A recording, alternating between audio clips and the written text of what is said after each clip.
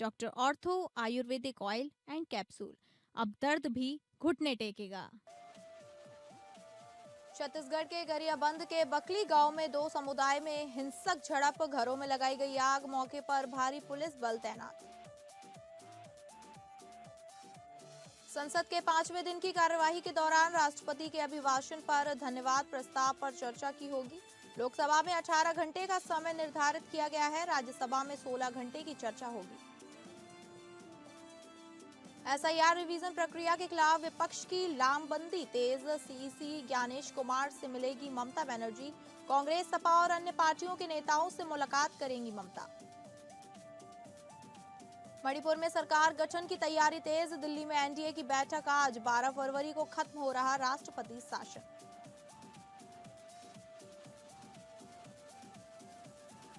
Rohit Shetty firing मामले में कार्रवाई, हिरासत में भेजे गए 4 आरोपी।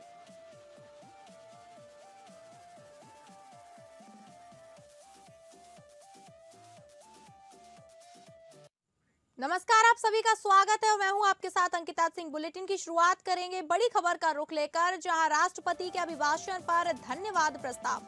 संसद के 5वें दिन की कार्यवाही, राष्ट्रपति के अभिभाषण पर धन्यवाद प्रस्ताव पर चर्चा होगी। लोकसभा में 18 घंटे का समय निर्धारित किया गया है, राज्यसभा में 16 घंटे की चर्चा होगी। आपको बता दें, लोकसभा में आज राष्ट्रपति के अभिभाषण पर धन्यवाद प्रस्ताव पर चर्चा होगी। संसद के बजट सत्र की शुरुआत के समय राष्ट्रपति द्रौपदी मुर्मू ने विगत 28 जनवरी को लोकसभा और राज्यसभा के संयुक्त सत्र को संबोधित किया था। इस अभिभाषण में उन्होंने सरकार के भावी एजेंडे के साथ साथ मौजूदा नीतियों को भी रेखांकित किया था। केंद्रीय मंत्री सर्बानंद सोनोवाल आज लोकसभा में प्रश्नकाल के बाद स्पीकर ओम बिरला की अनुमति से सदन में राष्ट्रपति के अभिभाषण पर चर्चा करने का प्रस्ताव रखेंगे। सोनोवाल के धन्यवाद प्रस्ताव पेश करने के बाद लोकसभा में सत्ताधारी दल के अलावा विपक्ष की तरफ से भी सांसद इस चर्चा में भाग लेंगे। स्पीकर ओम बिरला ने चर्चा के लिए 18 घंटे का समय निर्धारित किया है। लोकसभा में सोमवार की कार्यवाही से जुड़ी सूचना के मुताबिक कर्नाटक से निर्वाचित भाजपा सांसद तेजस्वी सूर्या सोनोवाल के प्रस्ताव का समर्थन करेंगे। चर्चा पूरी होने के बाद प्रधानमंत्री नरेंद्र मोदी 4 फरवरी को लोकसभा में जवाब देंगे। आपको बता दें, लोकसभा में आज राष्ट्रपति के अभिभाषण पर धन्यवाद प्रस्ताव पर चर्चा होगी। वहीं संसद के बजट सत्र की शुरुआत के समय राष्ट्रपति द्रौपदी मुर्मू ने विगत 28 जनवरी को लोकसभा और राज्यसभा के संयुक्त सत्र को संबोधित किया था। इस अभिभाषण में उन्होंने सरकार के भावी एजेंडे के साथ साथ मौजूदा नीतियों को भी रेखांकित किया था। केंद्रीय मंत्री सर्बानंद सोनोवाल आज लोकसभा में प्रश्नकाल के बाद स्पीकर ओम बिरला की अनुमति से सदन में राष्ट्रपति के अभिभाषण पर चर्चा का प्रस्ताव रखेंगे। सोनोवाल के धन्यवाद प्रस्ताव पेश करने के बाद लोकसभा में सत्ताधारी दल के अलावा विपक्ष की तरफ से भी सांसद इस चर्चा में भाग लेंगे। वहीं स्पीकर ओम बिरला ने चर्चा के लिए 18 घंटे का समय निर्धारित किया है और लोकसभा में सोमवार की कार्यवाही से जुड़ी सूचना के मुताबिक कर्नाटक से निर्वाचित भाजपा सांसद तेजस्वी सूर्या सोनोवाल के प्रस्ताव का समर्थन करेंगे। वहीं चर्चा पूरी होने के बाद पीएम मोदी 4 फरवरी को लोकसभा में जवाब देंगे।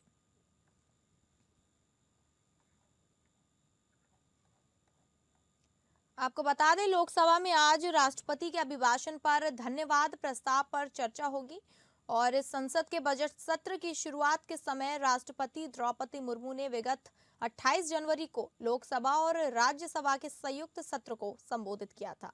वहीं इस अभिभाषण में उन्होंने सरकार के भावी एजेंडे के साथ साथ मौजूदा नीतियों को भी रेखांकित किया था। केंद्रीय मंत्री सर्बानंद सोनोवाल आज लोकसभा में प्रश्नकाल के बाद स्पीकर ओम बिरला की अनुमति से सदन में राष्ट्रपति के अभिभाषण पर चर्चा का प्रस्ताव रखेंगे।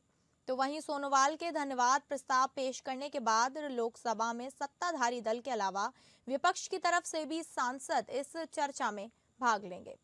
आपको बता दें, स्पीकर ओम बिरला ने चर्चा के लिए 18 घंटे का समय निर्धारित किया है। लोकसभा में सोमवार की कार्यवाही से जुड़ी सूचना के मुताबिक कर्नाटक से निर्वाचित भाजपा सांसद तेजस्वी सूर्या सोनोवाल के प्रस्ताव का समर्थन करेंगे। वहीं चर्चा पूरी होने के बाद प्रधानमंत्री नरेंद्र मोदी 4 फरवरी को लोकसभा में जवाब दाखिल करेंगे। आपको बता दें, राज्यसभा में 16 घंटे की चर्चा होगी और लोकसभा में 18 घंटे का समय निर्धारित किया गया है।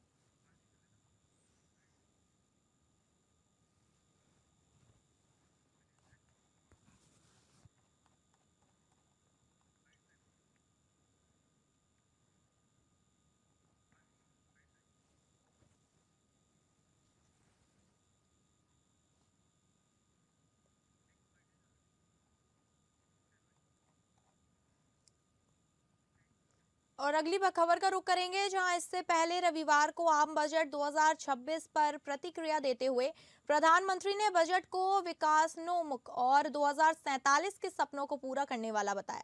प्रधानमंत्री ने बजट की सराहना करते हुए कहा, आज भारत जिस रिफॉर्म एक्सप्रेस पर आगे बढ़ रहा है, इस बजट से उसे नई ऊर्जा और नई गति मिलेगी। जो क्रांतिकारी सुधार किए गए हैं, वे आकांक्षाएं से भरे भारत के साहसी और प्रतिभाशाली युवाओं के लिए उड़ान भरने का खुला आसमान प्रदान करते हैं।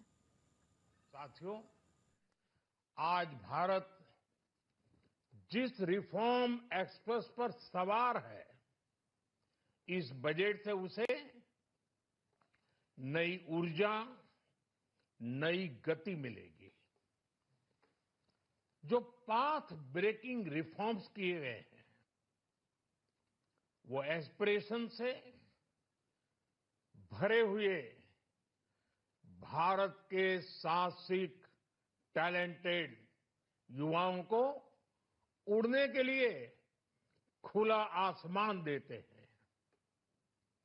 ये बजट ट्रस्ट बेस्ड गवर्नेंस और ह्यूमन सेंट्रिक अर्थरचना के विजन को साकार करता है। एक ऐसा यूनिक बजट है जिसमें फिस्कल डेफिसिट कम करने, इन्फ्लेशन कंट्रोल करने पर फोकस है और इसके साथ ही बजट में हाई कैपेक्स और हाई ग्रोथ का भी समन्वय है। मेरे प्यारे देशवासियों, नमस्कार। आज का बजट ऐतिहासिक है। इसमें देश की नारी शक्ति का सशक्त प्रतिबिंब झलकता है। महिला वित्त मंत्री के रूप में निर्मला जी ने लगातार 9वीं बार देश का बजट प्रस्तुत करके नया रिकॉर्ड बनाया है। ये बजट अपार अवसरों का राजमार्ग है।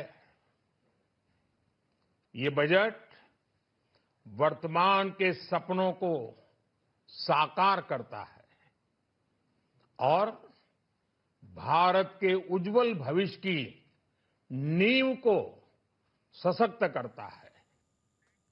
केंद्रीय बजट पेश होते ही सीएम योगी ने आम बजट की तारीफ की और कहा कि ये भारत के संकल्प को साकार करने वाला बजट बताया। उन्होंने कहा कि यह बजट 145 करोड़ देशवासियों की आकांक्षाओं को पूरा करने के साथ अमृत काल के लक्ष्यों को प्राप्त करने का स्पष्ट रोड मैप प्रस्तुत करता है। मैं इस बजट को प्रस्तुत करने के लिए केंद्रीय वित्त मंत्री माननीय श्रीमती निर्मला सीतारमण जी को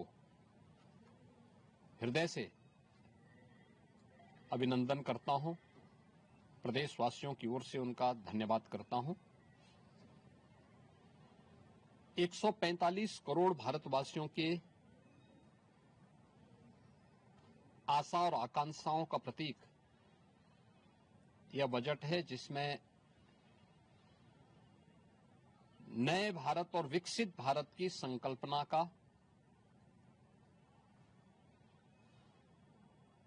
दृष्टि स्पष्ट दिखाई देती है। 12 लाख करोड़ रुपए से अधिक की पूंजी कैपिटल एक्सपेंडिचर के लिए, एक सुदृढ़ इंफ्रास्ट्रक्चर के लिए बजट में प्रावधान करना,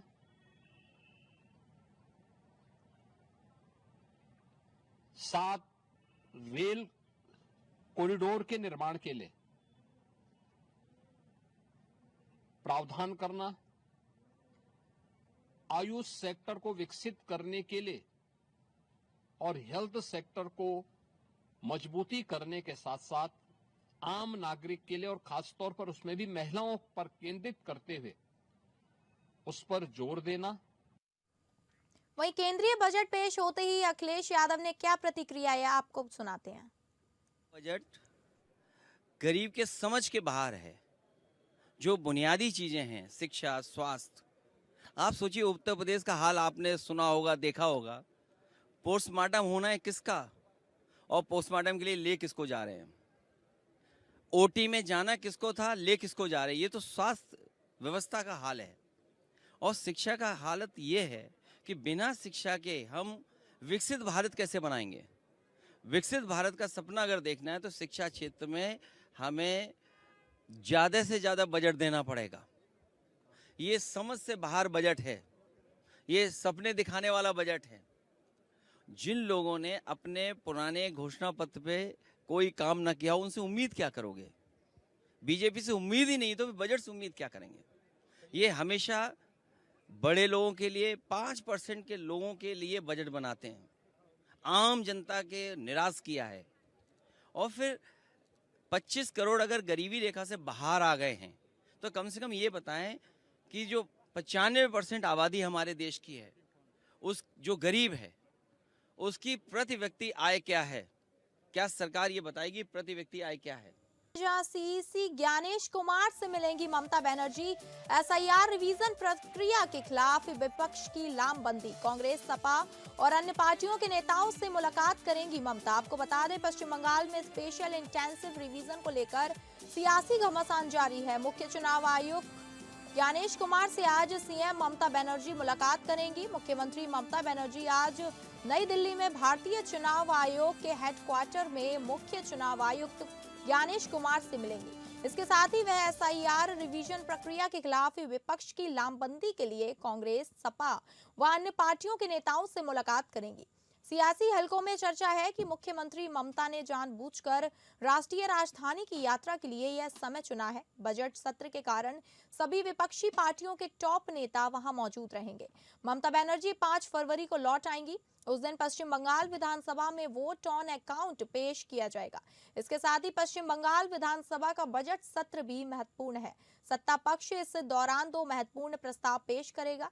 चुनाव आयोग पर हमला बोलते हुए ममता बनर्जी ने चेतावनी दी थी कि मौजूदा रूप में एसआईआर जारी रहने से बड़े पैमाने पर लोगों के वोट देने का अधिकार छिन सकता है और लोकतंत्र की नींव पर चोट लग सकती है। इससे पहले टीएमसी के राज्यसभा सांसद डेरेक ओ ब्रायन और डोला सेन सहित टीएमसी नेताओं ने पश्चिम बंगाल में एसआईआर को लागू करने के तरीके को चुनौती देते हुए सर्वोच्च न्यायालय का रुख किया था। और ज्यादा जानकारी के साथ हमारे इनपुट हेड मनीष राज सिंह हमारे साथ जुड़ गए हैं।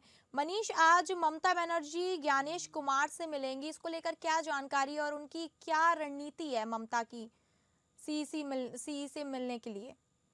देखिए, पश्चिम बंगाल में जब से एसआईआर यानी स्पेशल इंटेंसिव रिवीजन की शुरुआत हुई है, तब से ममता बनर्जी चुनाव आयोग और केंद्र पर आरोप लगाते रही हैं। ममता बनर्जी को डर है कि एसआईआर के जरिए उनका जो वोट बैंक है उसको नुकसान पहुंच सकता है। और एसआईआर की प्रक्रिया पर वो लगातार समय समय पर चुनाव आयोग को पत्र लिखते रही हैं। यहाँ दिल्ली आने से 2 दिन पहले भी ममता बनर्जी ने ज्ञानेश कुमार को पत्र लिखा था और उन्होंने ये सवाल किया था कि पश्चिम बंगाल में जो एसआईआर की प्रक्रिया हो रही है वो अन्य राज्यों की एसआईआर प्रक्रिया से अलग क्यों है। यहाँ पे सूक्ष्म जो अधिकारी हैं चुनाव आयोग की ओर से लगभग 8000 अधिकारी ऐसे नियुक्त किए गए हैं जिनको न तो कानून की जानकारी है न कुछ खास उनका बैकग्राउंड है। और ऐसे अधिकारियों को चुनाव आयोग की जो आंतरिक डाटा है उनको यूज करने का अधिकार चुनाव आयोग कैसे दे रहा है। ममता बनर्जी को यह डर है कि इन सूक्ष्म अधिकारियों के जरिए उनके वोट बैंक को नुकसान पहुंचाई जा सकती है। इसी को लेकर के ममता बनर्जी आज नई दिल्ली में भारतीय चुनाव आयोग के हेडक्वार्टर में मुख्य चुनाव आयुक्त ज्ञानेश कुमार से मिलेंगी और अपने मुद्दे रखेंगी और उनसे उनकी राय जानना चाहेंगी।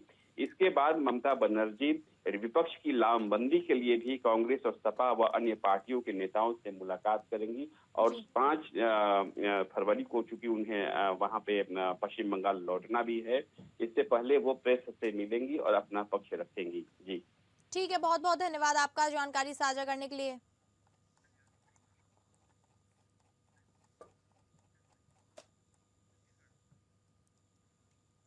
और अगली बड़ी खबर का रुख करेंगे जो आ रही है छत्तीसगढ़ से। छत्तीसगढ़ में 2 समुदाय में हिंसक झड़प। गरियाबंद के बकली गांव में 2 समुदायों में हिंसक झड़प, घरों में लगाई आग, भारी पुलिस बल तैनात। आपको बता दें छत्तीसगढ़ में 2 समुदाय में हिंसक झड़प। गरियाबंद के वकली गांव में 2 समुदाय में हिंसक झड़प, घरों में लगाई गई आग। छत्तीसगढ़ के गरियाबंद जिले के गांव में 2 समुदाय के बीच हिंसक झड़प के बाद सांप्रदायिक तनाव फैल गया। इस टकराव के कारण आगजनी हुई, जिसमें कई घरों और गाड़ियों में आग लगा दी गई, जिसके बाद इलाके में भारी पुलिस बल तैनात किया गया। पुलिस ने बताया कि इस मामले में 3 आरोपियों को गिरफ्तार कर लिया गया है। पुलिस के मुताबिक इस घटना में वही आरोपी शामिल थे जिनके कथित लूट और मारपीट के वीडियो करीब 4 महीने पहले सोशल मीडिया पर वायरल हुए थे। इन लोगों को पहले जिले में एक शिव मंदिर में तोड़फोड़ करने के आरोप में गिरफ्तार किया गया था और फिंगेश्वर पुलिस ने उन्हें जेल भेज दिया था। हाल ही में जमानत पर रिहा होने के बाद आरोपियों ने कथित तौर पर बकली गांव में शिकायतकर्ता और अन्य ग्रामीणों पर फिर से हमला किया। कथित तौर पर हथियारबंद हमलावरों ने स्थानीय लोगों पर हमला किया, जिससे गुस्सा भड़का और स्थिति सांप्रदायिक संघर्ष में बदल गई।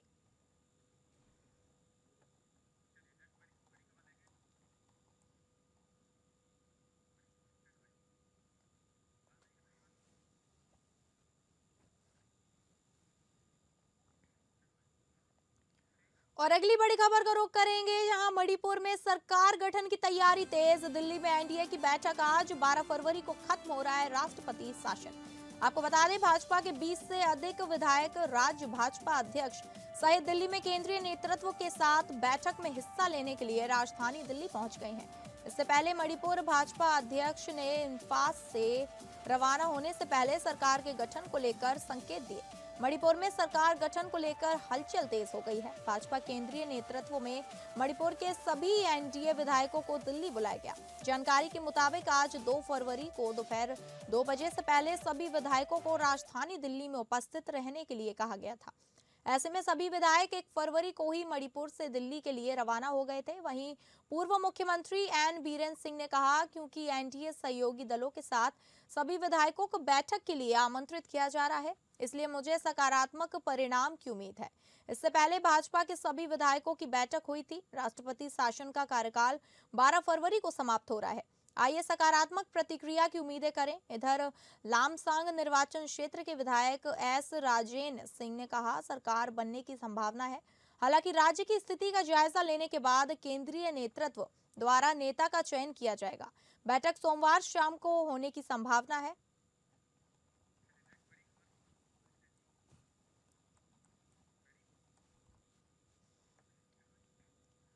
और अगली बड़ी खबर का रुख करेंगे जहां रोहित शेट्टी फायरिंग मामले में कार्रवाई। हिरासत में भेजे गए 4 आरोपी। आपको बता दें रोहित शेट्टी फायरिंग मामले की जांच तेजी से आगे बढ़ रही है। अब तक इस मामले में पुलिस ने कई नई जानकारियां साझा की। इस केस में गिरफ्तार 4 आरोपियों की पहचान भी हो चुकी है। सभी को पुलिस हिरासत में जेल भेज दिया गया है। रोहित शेट्टी के घर पर हुई फायरिंग के मामले में गिरफ्तार 4 आरोपियों की पहचान उजागर हो चुकी है। 19 वर्षीय आदित्य ज्ञानेश्वर गायकवाड़, 20 वर्षीय सिद्धार्थ दीपक येनपुरे, 18 वर्षीय समर्थ शिवशरण पोमाजी और 23 वर्षीय स्वाप्निल बांधु सकट के नाम से इन आरोपियों की पहचान हुई है। सभी पुणे के रहने वाले हैं। सभी आरोपियों को 5 फरवरी तक पुलिस हिरासत में भेज दिया गया है। प्रारंभिक जांच में सामने आया है कि आरोपियों की भूमिका घटना में वाहन उपलब्ध कराने और साजिश रचने से जुड़ी है। रोहित शेट्टी फायरिंग मामले की आगे की जांच अभी भी जारी है। और ज्यादा जानकारी के साथ हमारे संवाददाता सर्वजीत सोनी हमारे साथ जुड़ गए हैं। सर्वजीत, पूरा मामला क्या है? आखिर ये हमला किस मकसद से हुआ है और क्यों किया गया है? जिस तरह से रोहित शेट्टी के घर पे जो हमला किया गया था, जिसमें एक जो सीसीटीवी फुटेज खंगाले गए, जिसमें एक आरोपी है जो स्कूटी से आकर फायरिंग करता है। हालांकि जब फायरिंग की गई थी तो रोहित शेट्टी घर के अंदर ही थे और जो बालकनी है वहां पे जो ग्लास में जो उसमें गोली लगी थी। हालांकि इस मामले में पूरी जांच की गई। 12 टीमें बनाई गई थी मुंबई क्राइम ब्रांच की तरफ से, जिसमें 5 आरोपियों को पुणे से गिरफ्तार किया गया है। हालांकि डिटेन करने के बाद उनसे पूछताछ की गई है। पूछताछ में सभी आरोपियों को कोर्ट में पेश किया गया। 5 फरवरी तक उनको पुलिस कस्टडी दी गई है। हालांकि इस मामले की जांच की जा रही है, लेकिन उसमें से एक आरोपी जो है शुभम लोनकर जो है उससे कनेक्ट में था, जो लॉरेंस बिश्नोई गैंग से बताया जा रहा है। हालांकि शुभम लोनकर जो है बाबा सिद्दीकी हत्या मामले में भी आरोपी है और जिसकी लास्ट लोकेशन नेपाल बताई गई थी। अभी तक उसकी जांच की जा रही है और इस केस को अब गैंगस्टर एंगल से भी जांच की जा रही है। हालांकि सुरक्षा अभी बढ़ा दी गई है, 12 टीमें अभी भी तैनात है और इनका इंटेंशन क्या था, इस पूरे मामले की जांच की जा रही है। हालांकि फायरिंग के कुछ घंटे बाद ही सोशल मीडिया पे पोस्ट किया गया था और लॉरेंस बिश्नोई गैंग ने इस हमले की जिम्मेदारी ली थी। लेकिन इस पूरे मामले की अब जांच की जा रही है कि जो हमला किया गया था, क्या अपराध को या डराने के लिए किया गया था या किस मकसद से किया गया था, क्या उसकी तरफ से कोई धमकी भी दी गई थी रोहित शेट्टी को। रोहित शेट्टी का स्टेटमेंट मुंबई पुलिस ने रिकॉर्ड किया है। स्टेटमेंट के बिहेव पे पूरे मामले की जांच कर रहे हैं। देखना है कि आगे और कौन कौन से नाम सामने आते हैं। क्या बॉलीवुड को वापस दहशत मचाने के लिए जो ये फायरिंग की गई है, ऐसा सस्पेंस बताया जा रहा है। इस पूरे मामले की अब क्राइम ब्रांच की जो टीम है वो जांच कर रही है। जी ठीक है, बहुत बहुत धन्यवाद आपका जानकारी साझा करने के लिए। और अगली बड़ी खबर का रुख करेंगे। डिग्री से संबंधित मानहानि मामला सुप्रीम कोर्ट आज सुनवाई करेगा। संजय सिंह की याचिका पर सुप्रीम कोर्ट आज सुनवाई करेगा। गुजरात हाई कोर्ट के फैसले को चुनौती दी गई है। आपको बता दें, प्रधानमंत्री मोदी की डिग्री से संबंधित मानहानि मामले में गुजरात हाई कोर्ट के फैसले के खिलाफ दाखिल आम आदमी पार्टी सांसद संजय सिंह की याचिका पर सुप्रीम कोर्ट आज सुनवाई करेगा। गुजरात हाई कोर्ट ने 13 जनवरी को आप संयोजक अरविंद केजरीवाल और सांसद संजय सिंह की अलग अलग ट्रायल चलाने की मांग वाली याचिकाएं खारिज कर दी थी। गुजरात हाई कोर्ट केस का आदेश के खिलाफ मुकदमा सुप्रीम कोर्ट में अपील दाखिल की गई है।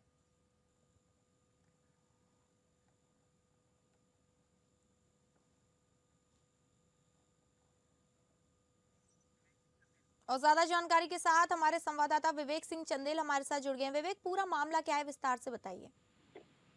क्योंकि 2023 में सीआईसी का एक आदेश था जिसमें प्रधानमंत्री की डिग्री को दिखाने का आदेश दिया गया था। उस आदेश को 2023 में गुजरात हाई कोर्ट ने रद्द कर दिया था। उसके बाद अरविंद केजरीवाल और संजय सिंह की तरफ से कुछ बयान दिए गए, जिसमें अरविंद केजरीवाल की तरफ से ऐसा कहा गया कथित तौर पर कि या तो गुजरात यूनिवर्सिटी की जो डिग्री है वो फर्जी है या वो पढ़े नहीं है। तो इस टाइप के जो कथन दिए गए थे, इसके ऊपर गुजरात यूनिवर्सिटी की तरफ से एक याचिका दाखिल की गई, जिसमें अरविंद केजरीवाल और संजय सिंह के खिलाफ मानहानि का मुकदमा दर्ज किया गया। निचली अदालत ने प्राइमा फेसाई इस बात को माना कि इन लोगों ने मानहानि वाले जो टिप्पणी है वो मानहानिकारक है, ऐसे में इनके ऊपर केस चलना चाहिए। उस समन के खिलाफ ये लोग हाई कोर्ट पहुंचे थे और हाई कोर्ट ने इस 13 जनवरी 2025 को एक फैसला दिया, जिसमें इन लोगों को ये कहा कि जो इन्होंने टिप्पणियां की थी, इनके ऊपर जो मानहानि का मुकदमा दर्ज किया गया है, ये ट्रायल अलग अलग नहीं चलेंगे, ये एक साथ चलेंगे नहीं, एक साथ चलेंगे, क्योंकि निचली अदालत ने उनको ये कहा था कि ये जो मानहानि का मामला है वो इन पे बनता है, इस समय केस चलना चाहिए। अब इन्होंने हाईकोर्ट में याचिका दाखिल की थी उस वक्त और ये कहा था कि चूंकि इनके मामले अलग अलग हैं, दोनों के ट्विटर हैंडल अलग अलग हैं और दोनों के बयान हैं वो भी अलग अलग हैं, ऐसे में इनके ट्रायल एक साथ नहीं चल सकते। उसको हाईकोर्ट ने रद्द कर दिया। अब उस हाईकोर्ट के फैसले को जो 13 जनवरी को दिया गया है इस साल, उसको इन्होंने सुप्रीम कोर्ट में चुनौती दी है और ये कहा है कि इनके ट्रायल अलग अलग चलाए जाने चाहिए, जबकि निचली अदालत ये कह रही है कि इस मामले में ट्रायल एक साथ चलना चाहिए। तो अब सुप्रीम कोर्ट में ये मामला आया है और ये सिर्फ प्रधानमंत्री की जो डिग्री दिखाई जाने का जो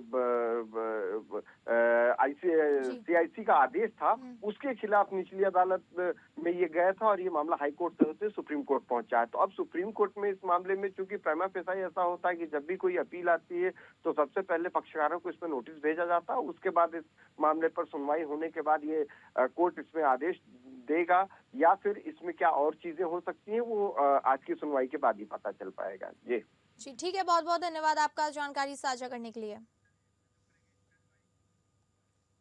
तो फिलहाल इस बुलेटिन में इतना ही। नमस्कार।